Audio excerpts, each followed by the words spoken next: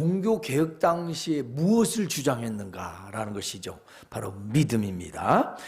자, 오늘은요, 종교개혁에 대한 메시지를 전하려고 합니다. 마틴 루터가 1517년 10월 31일 독일의 비텐베르크 정문에 95개 반박문을 게시하면서 종교개혁은 시작됐습니다. 이런 교황을 향한 95개의 반박문인데요. 그 핵심은 바로 면죄부 판매를 반대하는 거였습니다. 루터는 면죄부 판매 반대에서 이렇게 주장합니다. 오직 구원은 하나님의 은혜다. 그리고 믿음으로만 이루어진다. 오직 하나님의 은혜로 우리가 믿어서 구원을 받는 거지, 어떤 행위로 어떤 속전료를 내고 결코 있을 수 없는 일이다.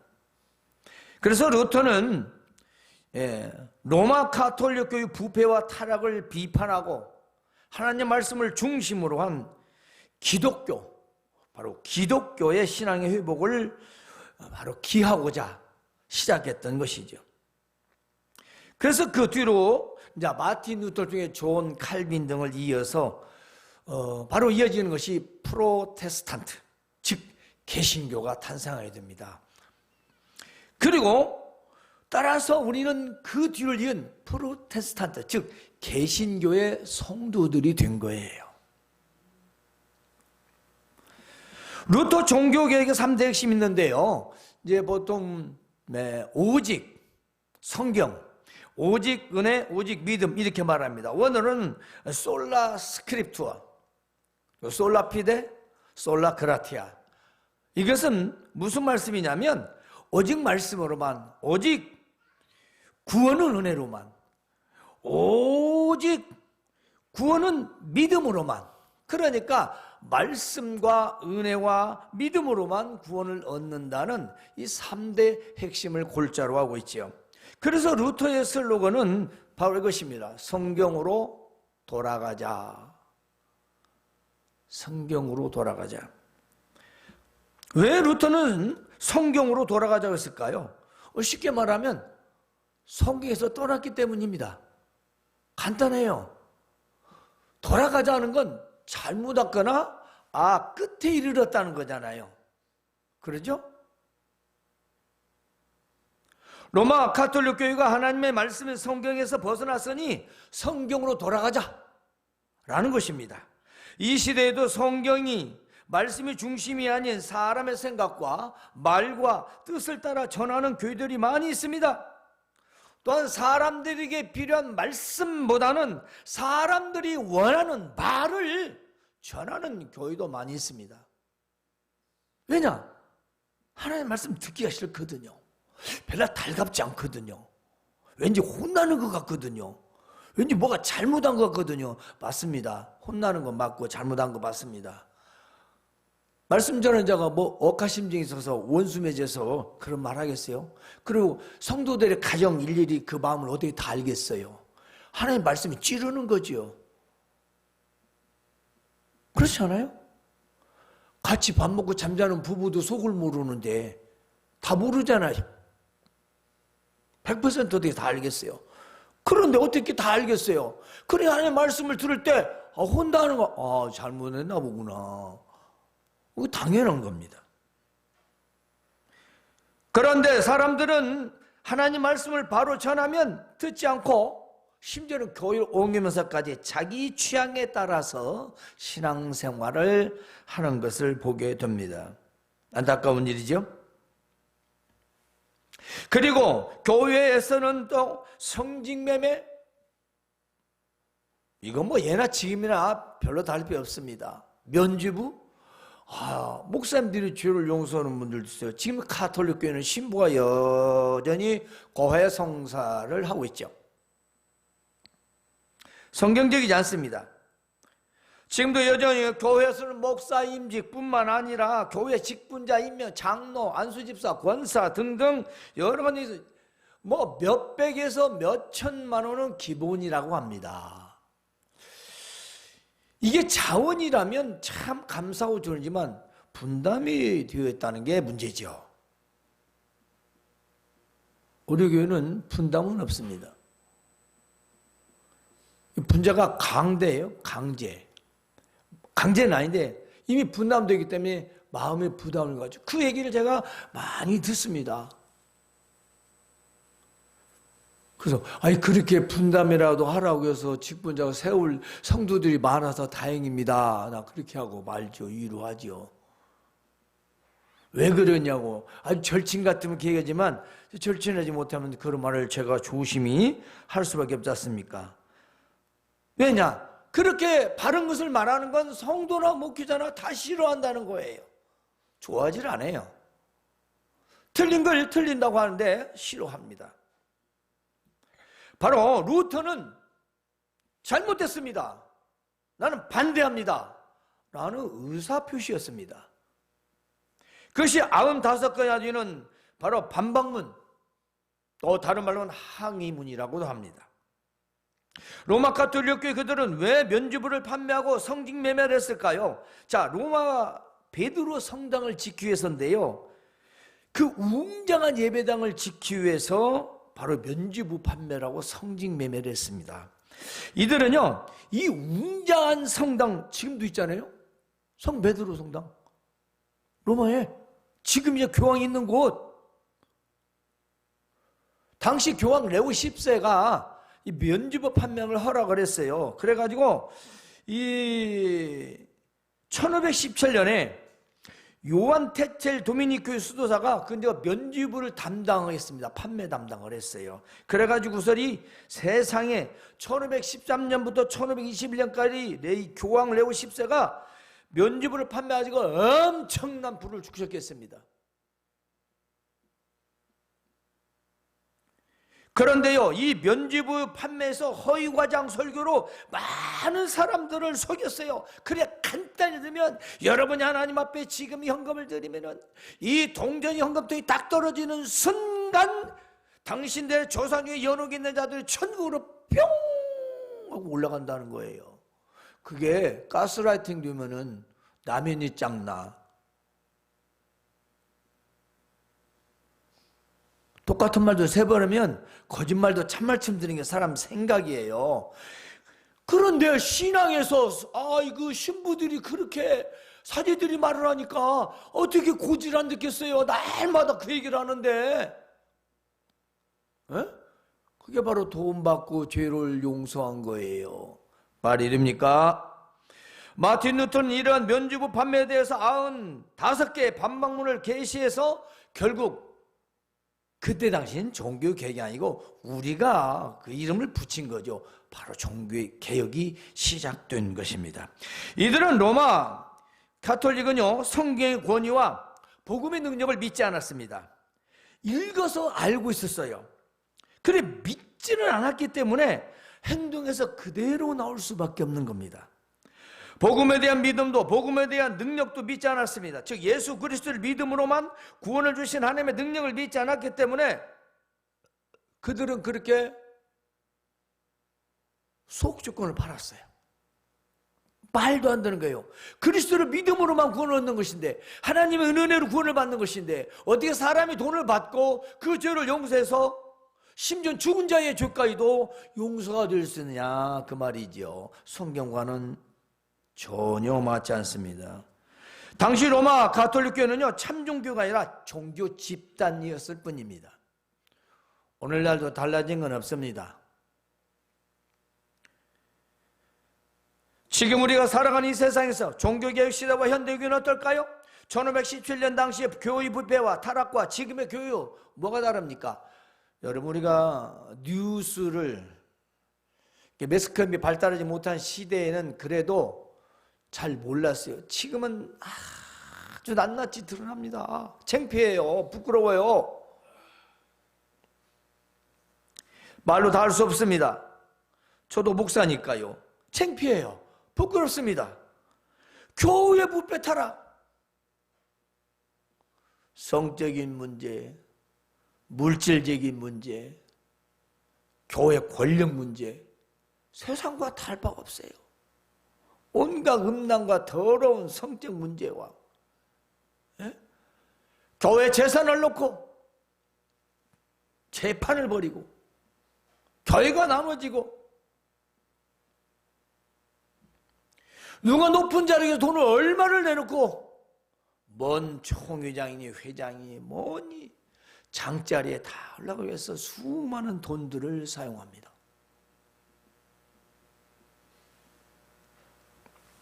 물론 선한 일도 합니다.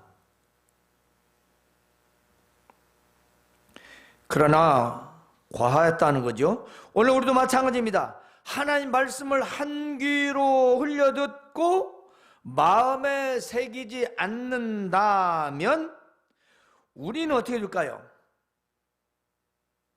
우리의 삶에서 나의 행동으로 그대로 나타나는데요, 불신자의 행동을 할 수밖에 없습니다. 내가 하나님의 말씀을 마음에 새기 듣지 않으면 내가 많은 사람들이 있는 곳에서 믿는 자의 행동이 아니라 그냥 자연스럽게 안 믿는 자 행동을 하는 그대로 하는 겁니다. 왜 그랬을까요? 뭐 로마 가톨릭 신부 사제들 그들 다 믿는 사람들인데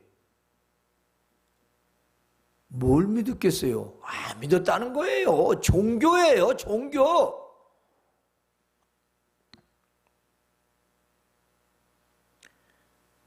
그리고 뿐만이 아닙니다. 죄를 지도 양심의 가책이나 회개가 있을 수가 없어요. 하나님의 말씀을 듣고 보고 믿지 않으면 구원을 주시는 하나님의 능력을 내가 경험할 수가 없다는 것입니다. 그렇잖아요? 우리가 하나님 말씀을 듣고 보고 믿을 때 뭔가 하나님의 역사가 내 안에서 능력이 나타나는 건데요, 그냥 상식 아닌 그냥 생각으로만 믿는 것은 전혀 지금 하나님의 능력을 경험할 수 없다는 겁니다. 마치 그냥 자기 위로 받는 거예요. 로만 가톨릭. 복음은 무엇입니까? 바로 복음은 유앙겔리온이죠. 굿뉴스입니다. 좋은 소식입니다. 전쟁에서 승리한 황제는요, 반드시 전령을 보내서 지금 국민들에게 우리가 승리했다, 자기의 통치권을 내세우면서 평화를 선포합니다. 우리가 이겼다. 그래서 승리의 소식이에요. 맞습니다. 복음은 승리의 소식. 예수 그리스도께서 죄와 사망 가운데서 승리하셨다. 십자가의 죽음에서 부활해서 승리하셨다. 그러니까 예수 그리스도를 믿으면 구원을 얻는다라는 이 사실이 복음이에요. 복음. 그런데 돈 받고 죄를 용서받아요? 안 맞잖아요. 이건 초등학생이 말해도 안 믿어요. 근데 왜 믿어요? 요즘에 참 답답합니다. 로마서 1장에 보면요, 복음에 대해서 이렇게 기록해 놨습니다. 하나님께서 선지자를 통하여 그 아들에 관하여 성경에 미리 약속한 것이라. 예수님에 대해서 선지서에 이미 다 예언을 해놓은 거다, 약속했던 것이고, 그 아들은 예수 그리스도는 육신으로 말하자면 다윗의 혈통을 통해서 나셨다. 우리가 마태복음 1장 1절에 보면 아브라함과 다윗의 자손 예수 그리스도의 세계라 그랬습니다. 바로 다윗의 혈통을 따라 오셨고요, 성결의 영으로는 중작 가운데서 부활하셨고, 능력으로는 하나님의 아들을 선포되신 우리 주 예수 그리스도다 그랬습니다. 복음이 누구냐? 우리 주 예수 그리스도라는 것입니다. 이 복음을 믿는 모든 자에게는 구원을 주시는 하나님의 능력이 된다. 예수 그리스도에 대해서 예수를 믿으면은 누구를 막론하고 다 구원을 얻는데 바로 하나님께서 그 능력 가운데 구원해 주신다 그렇습니다. 그래서 먼저는 유대인에게 선택된 자들에게, 다음은 누구요? 헬라인. 이들은 그 외의 이방인들을 말합니다. 즉 복음은 온 세상 모두에게 주신 것이다 이 말이에요. 그런데 돈 받고 죄를 용서해요? 말이 안 되잖아요. 우리는 복음을 부끄러워하지 말아야 합니다. 바울은 복음을 부끄러워하지 않는다 했습니다. 이 말을 뒤집어서 말하면 반대죠. 우리가 그러니까 부정을 통해서 긍정을 말하는 거. 예를 들잖아요, 난 불행하지 않아. 그 말은 나 행복하다라는 의미와 같지 않습니까? 그러니까 내가 복음을 부끄러워하지 않는다는 말은 나는 복음을 자랑스럽게 생각한다라는 겁니다. 그러니까 예수 그리스도를 자랑스럽게 생각한다는 거예요. 여러분 듣습니까? 종교개혁도요, 복음을 자랑스럽기 때문에 목숨을 내놓고 그 95개종 항해문을 게시한 겁니다. 사람들은요, 이 복음을 굉장히 거북해합니다. 싫어해합니다. 제가 한번 말씀드릴게요. 맞을 겁니다. 왜 그게 거북해하고 불쾌하는 이유를, 첫 번째, 복음은 구원이 공짜고 우리에게 과분한 것이다. 우리 이렇게 말합니다. 자, 이것이 사람들은 정말로 모욕적이라는 거예요. 왜냐? 그들은 세상에도 비싼 값을 지불하고 소유하는 것이 가치가 있다고 믿고 사는데, 누구나 다 믿기만 하면 구원을 거저받는다는 것은 싫다는 거예요. 뭡니까? 자신은 고상한데, 가진 것도 있는데, 모두가 공짜로 유색인종, 그리고 빈부귀천, 이 세상 남녀노소, 종이나 뭐 상전이나 누구나 다 그렇게 공평하게 우리가 왜 취급을 받냐? 그래서 싫어한다는 겁니다. 그렇죠. 사실 있는 사람들은 싫어하죠. 내가 돈 억만금을 주어 사지, 내가 너희들하고 똑같이 그냥 믿어서 구원받는다고? 그런 거 싫어. 그래서 근데요, 두 번째는요, 예수님이 우리를 위해 죽으셨다. 우리를 위해 죽으셨다. 이것 또한 그들에게는 모멸감을 준다는 겁니다. 사람들은 내가 알지도 못하는데 예수가 나를 위하여, 그것도 2000년 전에 죽었다는데 왜 죽었는지 궁금하지도 않고 듣기도 싫고 알고 싶지도 않다는 거죠. 그렇죠? 실제 물어보면 그래요. 뭐 어쩌자고. 그러게요. 관심 없는 거예요. 그런데 뭐 나를 위해 죽었다고? 나 알도 못해. 그래서 거북해하고 싫어한다는 거예요. 세 번째로는요, 착한 사람이 아니라 우리 예수님을 믿는 자만이 구원을 얻는다 라고 우리는 말합니다. 그렇습니다. 복음은 그래요. 그래서 고상한 사람이면 자기식으로 어디든지 하나님을 찾을 수 있다는 지금 현대적 관념과 맞지 않다. 사람들은 자율성 버리기를 싫어한다는 거예요. 자기 마음대로 살기를 좋아하지, 이 예수님을 믿으라 하면 타율성으로 따라서 하나님도 다 해야 하는 거 아니냐, 이렇게 생각한다는 거예요. 그러니까 안 믿는다는 거죠. 그러니까 믿기 싫어한다는 거예요. 그래서 우리는 그들에게 참 미련하다 그렇게 말하죠. 그들은 내가 똑똑하다 그렇게 말하고요. 왜 미련하다고요? 지금 내일 일을 모르는데 아는 것처럼, 자기가 죽으면 어디를 갈지를 모르는 어리석은 사람이죠. 우리는 알기 때문에. 그들은 자기들의 자유를 찾지만 우리는 그리스도 안에서 자유를 말합니다. 말씀 안에서, 진리 안에서 자유죠. 그래서 그들은 그 자기들의 자율성을 잃기를 싫어한다는 거예요. 네 번째로는요, 예수님을 믿고 따르는 것은 우리도 그와 함께 고난을 받고 섬겨야 되는 것인데, 이게 싫거든요.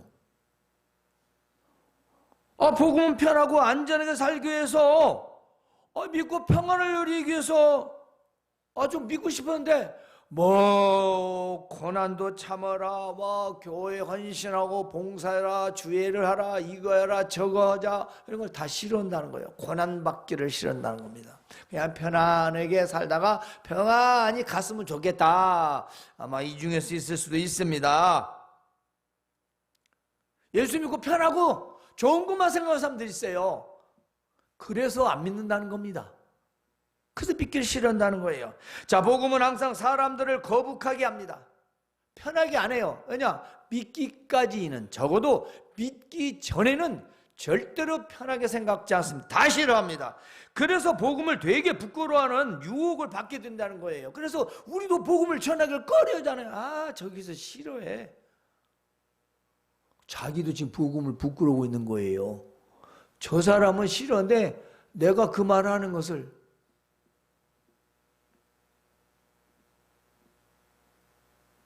내 친구가 유명해, 셀럽이야, 똑똑해, 잘 나가.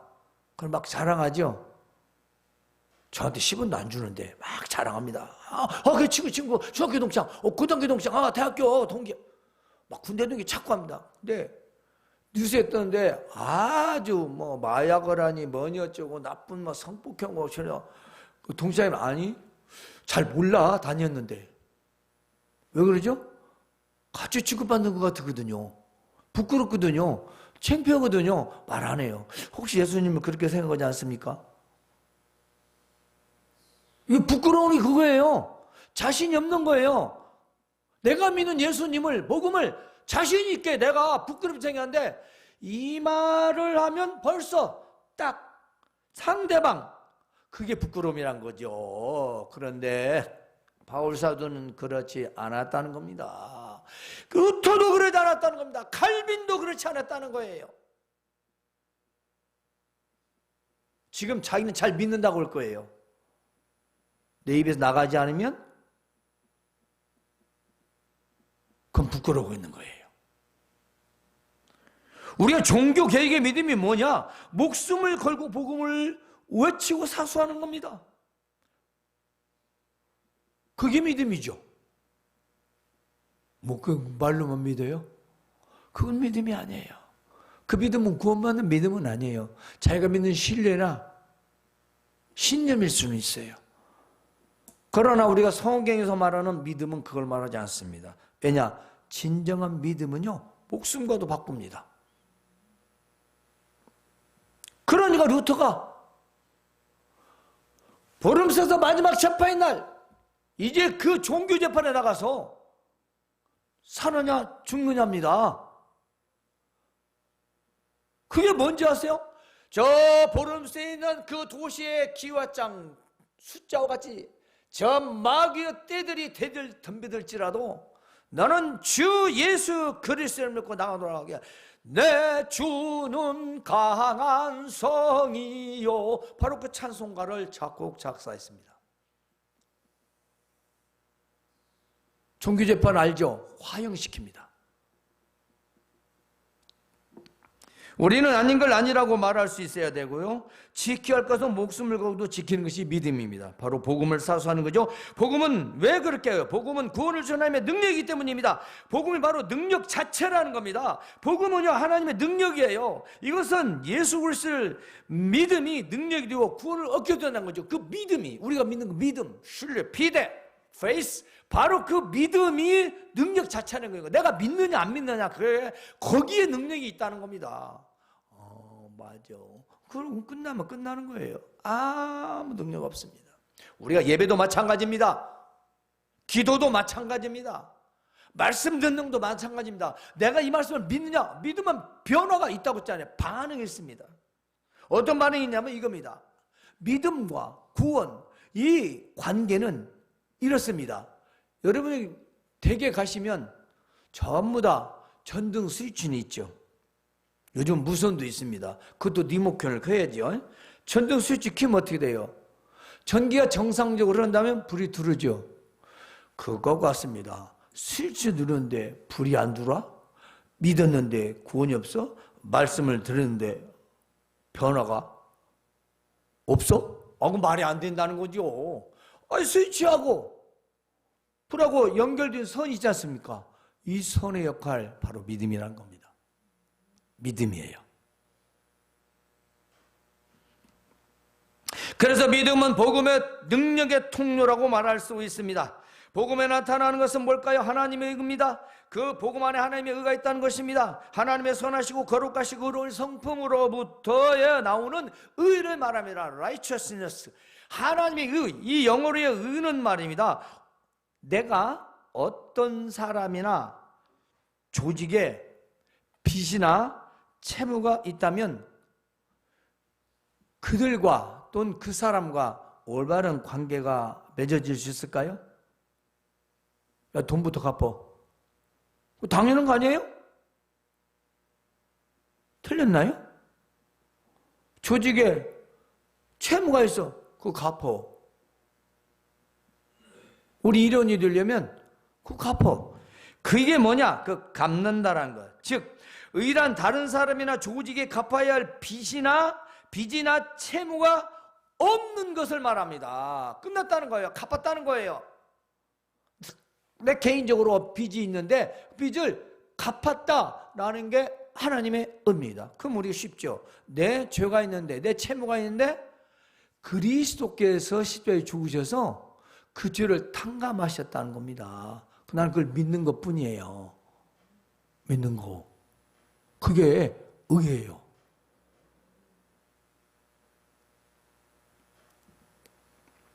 즉 하나님께 빚진 죄를 그리스도를 믿음으로 말미암아 탕감을 받았다는 것입니다. 그래서 우리는 1만 달란트의 빚진 자였는데 탕감받은 거예요. 그러니까 100달란트 아니 100데나리온 나한테 빚 있다고 싸우지 마세요. 그것이 부부든 남이든 형제든. 에? 나는 1만 달란트요 갚을 수 엄청난 죄를 탕감받는데 그 상대방이 좀 잘못했다고 평생 왼수처럼 살아갑니까? 그건 탕감받는 자는 아니라는 거죠. 누가복음에 나온 말씀이잖아요. 우리에게 요구하시는 거예요.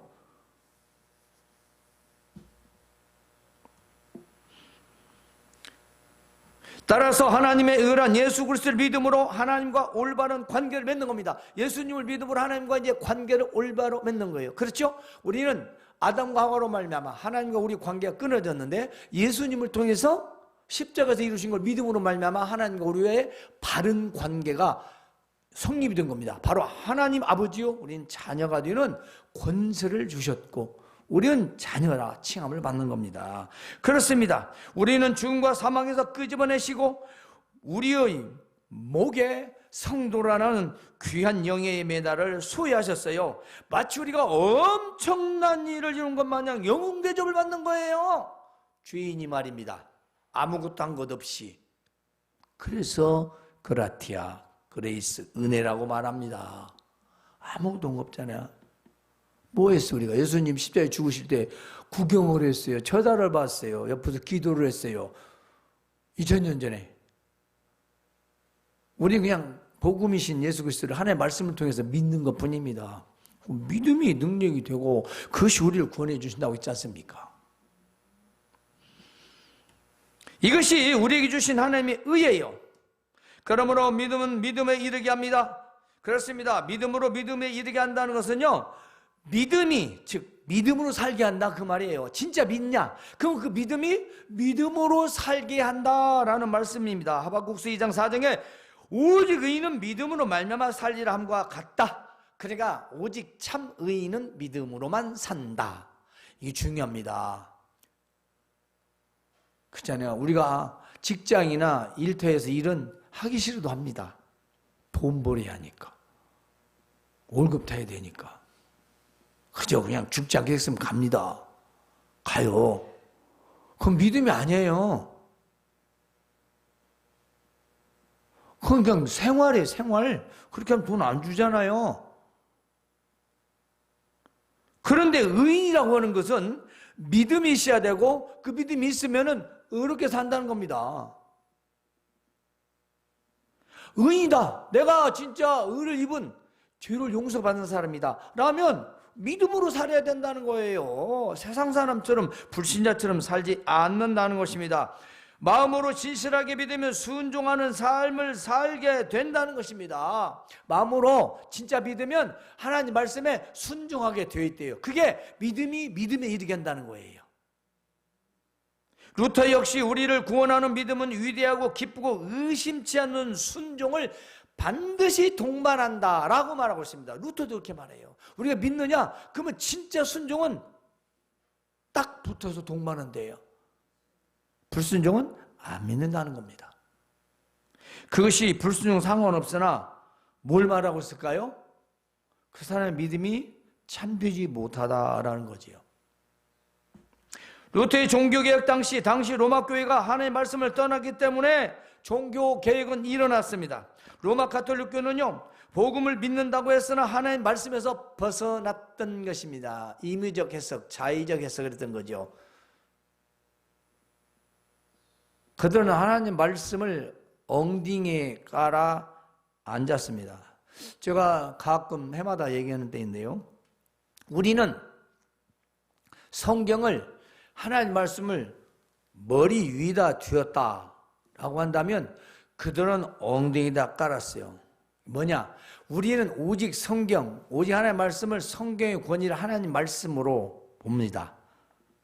그런데 그들은 우리가 하나님 말씀으로 정했으니, 정경으로 정해서 하나님 말씀이다 이 말이에요. 우리는 정했든지 아니든지 이게 다 하나님 말씀이다 라고 하는 게 개신교고, 그들은 우리가 하나님 말씀이라고 공의에서 인정했기 때문에 하나님 말씀이에요. 그 하나님 말씀을 우리 마음대로 자유해석할 수 있는 거예요. 그래서 성경의 권위가 교황에게 무고하다 해서 교황이 해석권을 가지고 있고, 교황이 기도하면 기고 아니다 하면 아니다는 거예요. 그러니까 교황이 하나님이죠. 우리는 아닙니다. 성경이 하나님이십니다.